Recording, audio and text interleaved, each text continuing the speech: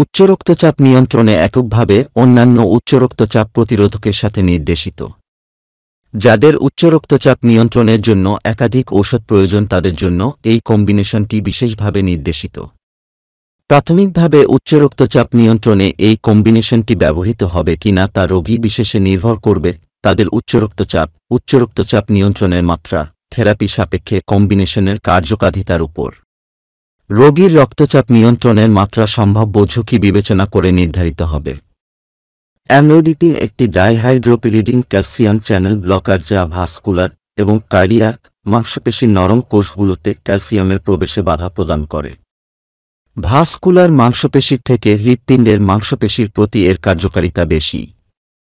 Amlodipine peripheral আর্টারির ভ্যাসোডাইলেটর যা vascular মাংসপেশির উপর সরাসরি কাজ করে, ফলে পেরিফেরাল ভাস্কুলার রেজিস্ট্যান্স এবং রক্তচাপ দুটোই কমে যায়। অ্যানজিওটেনসিন 2 যা তৈরি হয় অ্যানজিওটেনসিন 1 থেকে অ্যানজিওটেনসিন কনভার্টিং এনজাইম প্রভাবিত বিক্রিয়ার মাধ্যমে, যা একটি শক্তিশালী ভ্যাসোকনস্ট্রিক্টর যা প্রাথমিক ভ্যাসোঅ্যাক্টিভ হরমোন রেনিন অ্যানজিওটেনসিন সিস্টেমের এবং উচ্চ রক্তচাপের প্যাথোফিজিওলজির জন্য একটি গুরুত্বপূর্ণ উপাদান।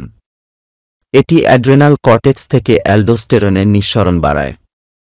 ওলমেসারটান এবং এর প্রধান সক্রিয় মেটাবোলাইট অ্যানজিওটেনসিন 2 এর ভেসোকনস্ট্রিক্টর ও অ্যালডোস্টেরন সিক্রেটিং এফেক্টে বাধা দেয় সুনির্দিষ্টভাবে T1 রিসেপ্টর, যা পাওয়া যায় বিভিন্ন টিস্যুতে, যেমন vascular smooth muscle, adrenal gland, এর সাথে অ্যানজিওটেনসিন 2 এর যুক্ত হওয়া বন্ধ করার মাধ্যমে। ইন ভিট্রো বাইন্ডিং পরীক্ষায় দেখা গেছে যে T1 রিসেপ্টর ওলমেসারটান মিডক্সোমিল একটি পরিবর্তনীয়, প্রতিযোগিতামূলক ইনহিবিটর T1 রিসেপ্টরের। ওলমেসারটান মিডক্সোমিল এবং এর অ্যাক্টিভ মেটাবোলাইট ACEK একটি এনজাইম যা অ্যানজিওটেনসিন 1 থেকে অ্যানজিওটেনসিন 2 করে এবং ব্র্যাডিকাইনিনকে ভাঙে, বাধা দেয় না এবং কার্ডিওভাস্কুলার রেগুলেশনে গুরুত্বপূর্ণ হরমোন রিসেপ্টর বা এর আয়ন চ্যানেলগুলোকে বাধা দেয় না। মাত্রা ও সেবনবিধি। যে সকল রোগী অ্যামলোডিপিন ও ওলমেসারটান মিডক্সোমিল পৃথকভাবে সেবন করেন তাদের ক্ষেত্রে এই কম্বিনেশনটি নির্দেশিত। সেবন মাত্রা বাড়ানোর জন্য এই কম্বিনেশনটির সাথে আলাদাভাবে শুধু অ্যামলোডিপিন বা ওলমেসারটান মিডক্সোমিল অথবা একত্রে দুটোই ব্যবহার করা যেতে পারে। বিশেষ ক্ষেত্রে ব্যবহার। শিশুদের ক্ষেত্রে ইহা কার্যকর এবং নিরাপদ কিনা তা প্রমাণিত হয়নি।